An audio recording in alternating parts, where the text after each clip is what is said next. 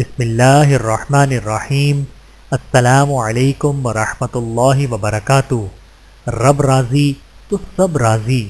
حضرت عبداللہ بن عباس رضی اللہ تعالیٰ عنہ سے روایت ہے کہ رسول اللہ صلی اللہ علیہ وآلہ وسلم نے ارشاد فرمایا، جو شخص لوگوں کی خوشنودی کے لیے اللہ تعالیٰ کو ناراض کرتا ہے تو اللہ تعالیٰ اس سے ناراض ہو جاتے ہیں اور پھر ان لوگوں کو بھی اس سے ناراض کر دیتے ہیں جن کی خوشنودی کے لیے اس نے اللہ کو ناراض کیا تھا۔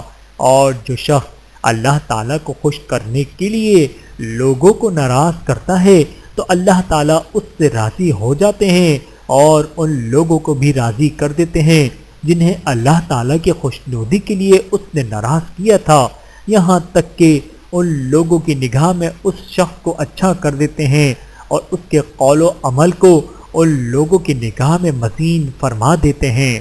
بحوالہ طبرانی شریف حدیث نمبر 11696۔